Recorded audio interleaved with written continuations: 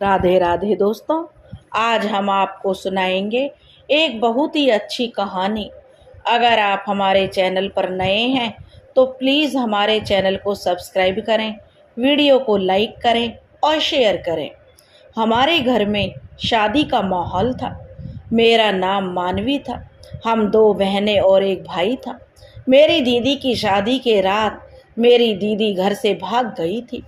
मेरे पापा ने उसका दहेज ऊपर वाले कमरे में फेंक दिया और उसे ताला लगाकर हमसे बोले थे, अगर किसी ने भी उस कमरे को खोला तो मेरा मरा हुआ मुंह देखोगे।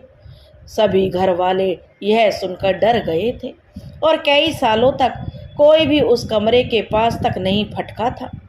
एक रात पापा को दूध का गिलास उस कमरे में ले जाते हुए मैंने देखा तो मेरे जो कमरे में अंदर झांक कर देखा, क्योंकि मैं पापा के पीछे चली गई थी। अंदर झांका तो मेरे पैरों तले ज़मीन निकल गई, क्योंकि हम इलाहाबाद में रहते थे। मेरी ज़िंदगी बड़ी अजीब तरीके से गुजर रही थी, या यूं कहें मुझे किसी की हुई गलती का कर्ज चुकाना पड़ रहा था। हम दो बहनें और एक भाई थे। मेरी बड़ी बहन बहुत खूबसूरत और सुलझी हुई थी। पापा की आंखों का तारा थी वह। मुझे भी अपनी बहन प्रिया से बड़ी मोहब्बत थी, इसलिए उसके जैसा ही मैं बनना चाहती थी। जो काम मेरी दीदी करती थी वही मैं करती थी। अगर वह आटा गूंद देती तो मैं भी जिद करती थी कि मुझे भी आटा गूंदना है। वह खाना बनाती और पापा उसके खाने की बहुत तारीफ करते थे, तो मैं भी हर हाल में खाना पकाती ताकि पापा मेरे बने हुए खाने की भी तारीफ करें। और यही मेरी सबसे बड़ी गलती थी। पापा अक्सर प्रिया दीदी से कहा करते थे कि तुम्हें जो बहुत फूंक फूंक कर कदम रखना है, क्योंकि तुम्हारे छोटे भाई बहन तुम्हारी नकल करते हैं। तो प्रिया दीदी तो कोई गलती कर ही नहीं सकती थी।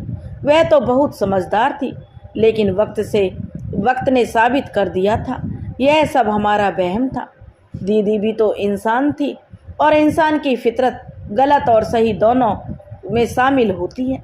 जैसा कि मैंने पहले कहा कि मेरी बहन बहुत ज़्यादा खूबसूरत थी। जैसे ही उसने अपनी ग्रेजुएशन पूरी कर ली तो उसके हर तरफ से रिश्ते आने लगे थे। ऐसा लगता था कि रिश्तेदारों में होड़ लगी हुई है कि इसको हम अपने घर की बहू बनाएंगे, और आए दिन बेफिजूल में वह हमारे घर के चक्कर काटने लगे थे। पापा ने भी सोच लिया था, अगर एक घर में मैंने अपनी बेटी दे दी तो दूसरे घर वाले बेवजह मुझसे नाराज़ हो जाएंगे। इसलिए पापा ने फैसला किया कि जहाँ कोई रिश्तेदारी ना हो दूर दूर तक, वहाँ पर मेरी दीदी की शादी करेंगे। तब शायद मेरे पापा को इस बात का अंदाज़ा भी नहीं था कि वह कितनी बड़ी गलती करने जा रहे हैं। उन्हें तो चाहिए था कि दीदी की ज़िंदगी का इतना बड़ा फैसला करने से पहले उन्हें अपने आसपास बिठाकर उनसे उनके दिल की बात पूछना चाहिए था। उनसे दिल की बात मालूम करके की कोशिश करनी चाहिए थी। उनके सिर पर हाथ रखकर एक बार तो पूछ लेते, बेटी तुमने भी तो कुछ अपने भविष्य के बारे में सोचा होगा, मुझे बताओ। अगर दिल में कुछ है, मुझसे शर्म आती है तो अपनी मम्मी को अपना राज बता दो। मगर पापा ने इस मामले में घर में किसी से भी या किसी भी सदस्य की मर्जी जानने की कोशिश नहीं की थी। उन्होंने बाहर से ही किसी से बातचीत करके दीदी का रिश्ता तय कर लिया था, और बात मर्दों के बीच में शादी का रिश्ता जो पक्का हो गया था। एक दिन पापा ने मम्मी से आकर कहा कि मैंने प्रिया का रिश्ता पक्का कर दिया है और वे बहुत अच्छे लोग हैं, खाते पीते घर के हैं, अमीर घर है, हमारी बच्ची को बहुत खुश रखेंगे। मम्मी बिल्कुल चुप रह गई थी। सिर्फ मम्मी पर ही नहीं, हम पर भी बहुत तेज बिजली सी गिर पड़ी कि हम तीनों भाई बहन एक कमरे में बैठे हुए थे और एक दूसरे की तरफ सवालिया भरी नज़रों से देख रहे थे कि यह ऐसा कैसे हो गया, क्यों हुआ और कैसे हुआ। खैर, मम्मी कहने लगी, देखिए जी, यह कैसे हो सकता है। लेकिन दीदी तो बिल्कुल सोच में पड़ गई थी। अगले दिन मम्मी हम बहनों के कमरे में आई और हमसे कहने लगी, प्रिया अच्छे से तैयार हो जाना, आज तुम्हें लड़के वाले देखने आ रहे हैं। दीदी शिकवा करने से जो अपने आप को रोक नहीं पाई और बोली, मम्मी मुझे पापा से इस तरह के फैसले की हरगिज़ उम्मीद नहीं थी। तब मम्मी चौंक गई। उन्होंने प्रिया का हाथ पकड़ लिया और कहने लगी, मेरी बच्ची बताओ, अगर तुम्हें कोई और पसंद है या किसी ने तुमसे शादी का वादा कर रखा है तो मैं तुम्हें इस बात का यकीन दिलाती हूँ, अगर तुम्हारी पसंद अच्छी हुई तो मैं तुम्हारी शादी उसी जगह करवा दूंगी जहाँ तुम कहोगी। दीदी ने ना में सिर हिला दिया और बोली, नहीं मम्मी, ऐसी कोई बात नहीं कर रही हूँ मैं, मगर फिर भी मेरे दिल को अजीबो गरीब विचारों ने घेर लिया है। ऐसा लगता है यह शादी मेरे लिए खुशियाँ लेकर नहीं आएगी, बल्कि मेरे मुकद्दर की बर्बादी बन जाएगी। मम्मी तो दीदी की बात सुनकर तड़प उठी थी। मम्मी बोली, प्रिया, ऐसी बातें करने से पहले यह नहीं सोचा कि मेरे माँ के दिल पर क्या गुजरेगी। तभी वे लोग दीदी को देखने के लिए आ गए थे। उनमें एक बूढ़ी औरत थी और एक जवान लड़की थी। उन्होंने बताया कि लड़के की माँ तो बीमार है और हॉस्पिटल में है और कोमा में है, इसलिए लड़की की दादी और बहन आई हैं। मम्मी ने जो मुझे कहा, मानवी जाओ और दीदी को अपने साथ ले आओ। लड़के की दादी ने दीदी को बहुत प्यार किया था। वह लड़की भी बहुत अच्छी लग रही थी जो उन्हें देखने आई थी। उसने तो अभी से दीदी को भाभी कहना शुरू कर दिया था। फिर जाते हुए लड़के की दादी ने दीदी के हाथ पर पैसे रख गई थी। सच कहूँ तो प्रिया, मेरे दिल को बड़ी तसल्ली सी मिल गई है। तुम बताओ प्रिया, तुम्हारी क्या राय है। दीदी तो जैसे मारे शर्म के लाल हुए जा रही थी। उनके गाल तो बिल्कुल लाल लाल हो गए थे। दीदी बोली कि मम्मी, मुझे इस रिश्ते से कोई ऐतराज़ नहीं है। फिर तो जैसे हमारे घर में खुशियों का माहौल हो गया था। कोई नहीं जानता था कि खुशियाँ बहुत जल्दी गम में बदलने वाली थी। सब कुछ बहुत अच्छे तरीके से हो रहा था, कुछ भी गड़बड़ तो नहीं थी। दीदी भी खुशी खुशी हर चीज़ में हिस्सा ले रही थी। वह अपनी हर चीज़ से जुड़े जो उन्हें चाहिए थी, जैसे चीज़ें थी, उन्हें बैग में रख रही थी। अपने जूते भी तो उन्होंने खुद ही पसंद किए थे। सिर्फ इतना ही नहीं, बल्कि बारात के लिए अपनी मर्जी का पार्लर भी खुद ही तय किया था। सब कुछ अच्छा भला था। किसी के दिमाग में यह भी गुमान नहीं था कि दीदी अपने दिल में क्या ठान कर बैठी है। घर वाले सब बहुत खुश थे। मैंने तो एक हफ्ता पहले ही ढोलकी का इंतजाम कर लिया था। मम्मी ने तो मुझे मना किया था कि मानवी, लड़कियों की शादी पर इतने दिन पहले जो ढोलकी नहीं बजाई जाती है, मगर मैं कहाँ मानने वाली थी। ढोलकी की हम लोगों ने बहुत बजाई थी और बहुत जो दीदी के लिए गाने गाए थे और बहुत इंजॉय कर रहे थे। बल्कि अपनी फरमाइश पर अपनी मर्जी के गाने भी हम गवाया करते थे। मुझे तो ऐसा लग रहा था अगर शर्मो हया नहीं आ जाती तो खुद दीदी भी हमारे साथ बैठकर गाने लगती। खैर, वक्त गुजर गया और दीदी की बारात का दिन आ गया। दीदी बहुत महंगे पार्लर से तैयार होकर आई थी। उन्होंने अपना पसंद का लहंगा पहना हुआ था। थोड़ी देर बाद बारात भी आ गई थी। मैंने दूल्हा को देखा तो मेरा तो मुंह खुला का खुला रह गया। दूल्हा तो बहुत ही खूबसूरत और हैंडसम भी था। सोचा जाकर दीदी को बताती हूँ कि आपकी किस्मत में तो शहजादा लिखा है। मैं भागकर अपने कमरे में गई तो वहाँ दीदी नहीं थी। मैं हैरान थी। अभी तो मैं दीदी को यहीं छोड़कर गई थी, अब वह कहाँ चली गई। मैंने उनकी तलाश में मम्मी के कमरे में भी गई, वह भी खाली पड़ा था। मेरी फिक्र अब बहुत ज़्यादा बढ़ गई थी। मैं जल्दी से बाहर आई और अपनी मम्मी को ढूंढने लगी। मेरी मम्मी मेहमानों की खातिरदारी में लगी हुई थी। मैं मम्मी का हाथ पकड़कर एक कोने में ले गई और बोली, मम्मी, प्रिया दीदी अपने कमरे में नहीं है। तो मेरी मम्मी ने कहा, अरे वो यहीं कहीं होगी, और मेरा हाथ झटक दिया और बोली, यहीं कहीं होगी, पीछे हटो, मुझे अभी सब मेहमानों की से मिलने दो। और वे इस अंदाज में बात कर रही थी जैसे उन्हें किसी चीज़ की जो गलत होने का अंदेशा ही ना हो। तब मैं मम्मी का हाथ पकड़कर झंझोड़ कर बोली, मैं बोल रही हूँ मम्मी, मुझे बहुत घबराहट हो रही है। मम्मी फिर चौंक गई और बोली, तुम्हारी घबराहट मैं दूर करूँ? और मम्मी मेरे साथ आ गई। मेरा हाथ पकड़कर मम्मी हमें दीदी के कमरे में ले गई, और एक कमरे से दूसरे कमरे में और दूसरे कमरे से तीसरे कमरे में हम दीदी को ढूंढते रहे, मगर वह नहीं मिली। मम्मी के चेहरे का रंग उड़ गया। तब जयमाला का टाइम हुआ था और जयमाला के लिए शोर होने लगा था। तो पापा कमरे में आए। उनकी आंखें भी लाल सुर्ख हो रही थी। शायद उनके अपनी बेटी की विदाई का गम उन्हें साल रहा था। इतने में ही उनकी चहेती बेटी उनकी इज्जत को तार तार कर गई है। उन्हें तो यह भी पता नहीं था, वह तो अपनी बेटी की विदाई का उन्हें गम हो रहा था। तभी मम्मी ने कहा कि देखो प्रिया बिटिया कहाँ है। पापा कहने लगे, जल्दी करो, प्रिया बिटिया को ले चलो, जयमाला का टाइम हो रहा है। मम्मी रोते हुए पापा से बोली, देखिए जी, प्रिया नहीं मिल रही है। पापा बड़ी हैरानी से मम्मी की तरफ देखने लगे और बोले, क्या मतलब है, प्रिया नहीं मिल रही है, यहीं कहीं होगी। मम्मी रोते हुए बोली, मैंने घर का कोना कोना छान मारा है जी।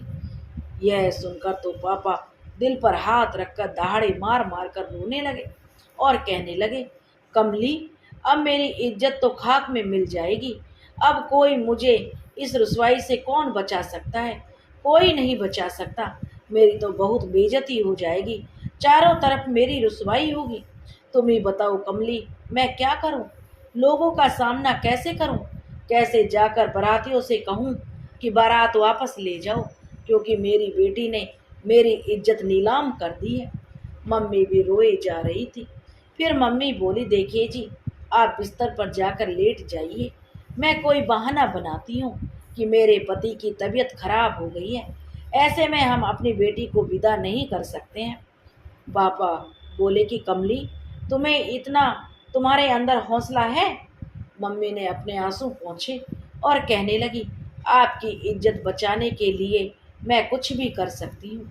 तब पापा चीख कर बोले, काश कमली तुमने लड़कियों को अच्छी शिक्षा दी होती। मम्मी ने सबके सामने जाकर फिर कह दिया था कि देखिए जी, मेरे पति को दिल का दौरा पड़ गया है, ऐसे में हम अपनी बेटी को विदा नहीं कर सकते। आप लोगों की बड़ी मेहरबानी होगी, आज आप लोग बारात वापस ले जाएं और फिर किसी दिन अपनी अमानत को फेरे डलवा कर सादगी से घर ले जाना। हर तरफ बातें बनने लगी थी कि मम्मी ने तो खुद को कमरे में बंद कर लिया था। लोग तरह तरह की बातें कर रहे थे और हमारे पास उनका जवाब नहीं था। इसलिए हम सब एक ही कमरे में दुबके हुए बैठे थे। हमने कभी सोचा भी नहीं था कि प्रिया दीदी के हाथों ऐसी बुराई हमें सहनी पड़ेगी। मम्मी बोली थी, देखिए जी, इस तरह आपकी तबीयत खराब हो जाएगी। बच्चों, तुम्हारी मदद करेंगे। पापा बोले, तुम तो बात ही मत करो कमली, तुम्हें मेरी इतनी फिक्र होती तो अपनी बेटियों को लगाम डालकर रख दी। मम्मी बेचारी बहुत शर्मिंदा हुई जा रही थी। पापा ने सारा दहेज का सामान छत वाले कमरे में फेंक दिया था और उसका ताला लगा दिया था और बोल दिया था कि कोई भी इधर नहीं जाएगा, और अगर जाएगा तो मेरा मरा हुआ मुंह देखेगा। उसके बाद हमारे घर में एक अजीब सी सूरत हाल थी। हर दफ़ा हम एक दूसरे से नज़रें चुराने पर मजबूर थे। पापा भी हम सब से छुप छुप कर रोते थे। जब वह नीचे आते थे तो बहुत थके थके लगते थे, आंखें सुर्ख लाल होती थी। मम्मी कहती थी, तुम्हारे पापा हम सब से छुपकर छत पर जाकर रोते हैं। हमें तो यही लगता है कि दीदी की शादी का किस्सा ख़त्म हो गया। मगर 1 महीने के बाद हमें लड़के वालों की तरफ से फिर फ़ोन आ गया था। तो जो लड़का था उसका नाम अर्जुन था। उसकी दादी मम्मी से कहने लगी थी देखिए, इतना महीने हमने आपसे कोई बात नहीं की क्योंकि हम आपसे नाराज़ थे। बारात को आप लोगों ने वापस कर दिया था, मगर अब ठंडे दिमाग से सोचो तो आपकी भी इसमें कोई मजबूरी रही होगी। यह भी हो सकता है आपकी बड़ी बेटी ने रिश्ता करने से इनकार कर दिया हो और विवाह के लिए मना कर दिया हो, और आपने अपनी इज्जत बचाने के लिए जो वे अपने पति की बीमारी का बहाना बना लिया होगा। अगर ऐसी कोई बात है तो हमें उस पर भी कोई ऐतराज़ नहीं है। अगर आप अच्छा समझो तो आप अपने पति से यह राय मशवरा कर लो, हमें अपनी छोटी बेटी का रिश्ता दे दो, क्योंकि हमने बहुत से घरों में रिश्ता ढूंढा पर आपके बच्चों जैसे वह बात उनमें नहीं थी। हमें हर जगह मिलावट ही मिली। अगर आपका घराना हमें अच्छा लगा है, इसीलिए हम चाहते हैं कि किसी न किसी तरह हमारी रिश्तेदारी आपसे हो जाए। मेरी मम्मी कहने लगी, ठीक है, मैं अपने पति से राय मशवरा करके आपको बताऊंगी। मम्मी ने अपना फ़ोन बंद कर दिया था और मुझसे बोली, मानवी, तुम कहो तो यह रिश्ता तुम्हें मंजूर है? मैंने अपने कंधे उचका दिए और कहा, दीदी के जाने के बाद पापा ने जिस तरह से मेरा जीना हराम कर रखा है, मुझे तो नफ़रत की निगाह से देखते हैं। मैं चाहती हूँ कि दिन से रात ना हो और मैं यहाँ से चली जाऊँ और दोबारा यहाँ पर वापस लौट कर ना आऊँ। मम्मी मेरे गले में अपना हाथ डालकर रोने लगी और बोली, बेटी, हमारा नसीब है, ऐसे ही किसी की सज़ा हमें मिलती है। तुम्हारी माँ के साथ भी तो ऐसा ही हुआ था और तुम्हारे साथ भी ऐसा ही हो रहा है। मैं सोचती हूँ गलती कोई करता है और सज़ा दूसरे को मिलती है, इसलिए चाहती हूँ कि तुम्हारी तकदीर बदल जाए। मगर मैं क्या करूँ बेटी, मैं तो खुद मजबूर हूँ, हमारे हाथ बंधे हुए हैं। मम्मी इस कदर टूटी हुई थी, मुझे भी उनकी हिम्मत बनना पड़ा। मैं मम्मी से बोली, मम्मी, आप नाराज़ मत हो, सब भगवान अच्छा करेगा। और मैं उठकर अपने कमरे में चली गई क्योंकि पापा के घर वापस आने का समय हो गया था। आज मेरा दिल जो अजीब सा धड़क रहा था क्योंकि आज मेरी किस्मत का फैसला हुआ था। जैसे घर का दरवाज़ा खुला, मैं अपने कमरे की खिड़की में आकर बैठ गई। पापा घर में आ गए थे। पापा ने पहले इधर उधर देखा और आंगन को खाली पाकर वह दबे कदमों से किचन में चले गए थे। मुझे उनके इस तरह के अंदाज पर बड़ी हैरानी हुई। फिर थोड़ी देर बाद जो वे वापस आए और उसके बाद किचन से वापस आए तो उनके हाथ में दूध का गिलास नज़र आया। उन्होंने फिर इधर उधर देखा, जैसे वह काम बड़ी समझदारी और सावधानी से कर रहे थे। वह किचन में गए और किचन में से एक गिलास दूध लिया और फिर धीरे धीरे सीढ़ियाँ चढ़ने लगे और फिर छत पर चले गए और मैं बिल्कुल हक्का बक्का सी जो खिड़की में बैठी रह गई उन्हें देख रही थी। यह सब जो अभी मेरी नज़रों में के आगे हुआ था, यह सब क्या था? यह तो बिल्कुल आम सी बात थी, मगर पापा के खुफिया अंदाज ने उसे खास बना दिया था। मुझे फिर उस बात की भी फिक्र हुई कि मम्मी पापा के आने के बाद कमरे से बाहर क्यों नहीं निकली, क्योंकि अब वह जब काम से वापस आया करते थे तब मम्मी सब कुछ छोड़ छाड़ कर पापा के पास आ जाया करती थी और उनसे खाने का पूछती थी, फिर ताज़ा रोटियां बना कर देती थी। मैं दबे कदमों से मम्मी के कमरे में गई तो पता चला कि मम्मी तो सो रही हैं। खैर, पापा आधा घंटे के बाद छत से उतर आए थे। उनकी हालत अजीब सी हो रही थी। मैं यह सब अपने कमरे की खिड़की से देख रही थी। मम्मी ने पापा को बताया कि आज उन्हीं लड़के वालों का फ़ोन आया था जिनकी बारात को हमने वापस कर दिया था। वे अब हमारी छोटी बेटी का हाथ मांग रहे हैं। वे कहने लगे, अगर आप हमें अपनी बड़ी बेटी का रिश्ता नहीं दे सकते थे तो अब हमें अपनी छोटी बेटी का रिश्ता दे दें। मेरे पापा खाना खाते हुए उसी वक्त उठ गए और खाने की थाली को फेंक दिया और गुस्से में दहाड़ मारकर बोले, उनसे कहना कि मेरी बेटी के नसीब में अभी इतने खराब दिन नहीं आए हैं जो तुम जैसे बेगैरत लोगों को रिश्ता दे दें। जहाँ मैं यह सुनकर चौंक गई, वहीं मम्मी भी दंग रह गई थी। मम्मी बोली, जी आपकी इस बात के क्या मतलब है जो आप ऐसा बोल रहे हैं? मेरे पापा बोले, क्या क्या कुछ नहीं। मम्मी बोली, बताइए ना, क्या वे लोग अच्छे नहीं हैं? पापा ने नाम में सिर हिला दिया और कहने लगे, आज के बाद अगर उनका फ़ोन भी आए तो मत उठाना। तब मेरी मम्मी बड़े गुस्से में बोली, अजी आपको तो अपनी अकल पर बड़ा गुमान था, आप तो बड़े समझदार थे। आप तो कहते थे औरतें कम अकल की होती हैं, फिर आपसे इतनी बड़ी भूल कैसे हो गई? आप कैसे मेरी प्रिया का रिश्ता ऐसे लोगों में दे रहे थे जो बुरे थे? पापा ने इधर उधर दरवाजे को धक्का मारा और घर से बाहर निकल गए।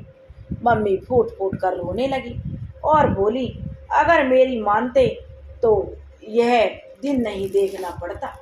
इन्होंने आज तक मेरी नहीं मानी और मेरी भी ज़िंदगी खराब कर दी। अब मैं तुम्हें क्या बोलूं?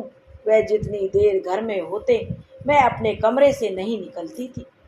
जब मम्मी तो हर वक्त जो प्रिया दीदी के गम में डूबी रहती थी। भाई स्कूल से ट्यूशन और ट्यूशन से फिर क्रिकेट खेलने चला जाता था। वह रात देर घर से लौटता था। ऐसा लगता था जैसे वह भी घर के माहौल से भागना चाहता था। अब अक्सर पापा को मैंने छत पर दूध ले जाते हुए देखा था। मैं समझ नहीं पा रही थी कि वे दूध का गिलास छत पर क्यों ले जाया करते थे। अब मैं हर वक्त इसी बात से परेशान रहने लगी। इस वजह से मुझे नींद भी नहीं आती थी। मैं सारा दिन प्रिया दीदी को याद करके रोने लगी थी, और क्योंकि प्रिया दीदी मेरी बहुत अच्छी दोस्त भी थी। काश वह इतना गलत कदम नहीं उठाती। रात बहुत गहरी हो चुकी थी। आसपास के जो कुत्तों के भौंकने की आवाज़ आ रही थी। मैं उठकर अपने कमरे की खिड़की में बैठ गई। तब मुझे कोई अजीब सा महसूस हुआ, जैसे कोई हमारे आंगन में घूम रहा हो। मैंने गौर किया तो वह कोई और नहीं, मेरा बाप था। मैं चौंक गई। पापा के अंदर से ऐसा लग रहा था जैसे आज वह बहुत मजबूर हों। मुझे भी आज उन पर तरस आने लगा था। लेकिन पापा फिर से छत पर जाने लगे थे और वह कमरा जो पापा ने दीदी के दहेज से भर रखा था वह भी खुला हुआ था और उसमें से भी रोशनी आ रही थी। मैं भी पापा के पीछे पीछे चुपके चुपके उनके पीछे आ गई थी। देखना चाहती थी आखिर माजरा क्या है। और दरवाज़ा खुला था तो इसलिए मैं यह देखकर अंदर का मंजर देखने लगी।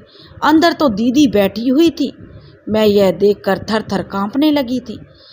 पापा दीदी को निवाला बनाकर उसके मुंह में डाल रहे थे, क्योंकि वे उसे खाना खिलाना चाहते थे।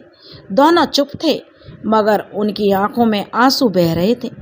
और यह सब क्या हो रहा था मेरी समझ से बाहर था और मुझे बड़ी घबराहट हो रही थी।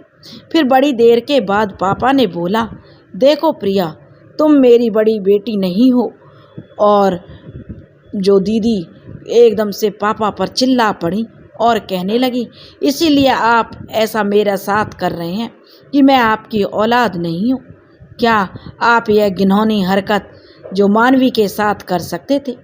पापा जल्दी से बोले, प्रिया, मैं तुमसे बहुत प्यार करता हूँ, मगर तुम यह जानती हो कि यह सब मैं कभी भी मानवी के साथ नहीं कर सकता था। तो प्रिया दीदी रोने लगी थी। वह बोली, मुझे वजह जाननी है, आपने मुझे इस कमरे में बंद क्यों कर रखा है? तो पापा बोले, सुनो, आज मेरे पास बहुत वक्त है।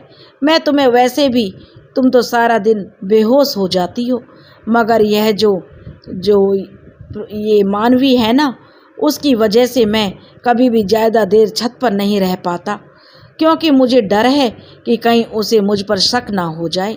रात के इस पहर में सब सो रहे हैं, इसलिए आज मैं तुम्हें सब कुछ बताता हूँ।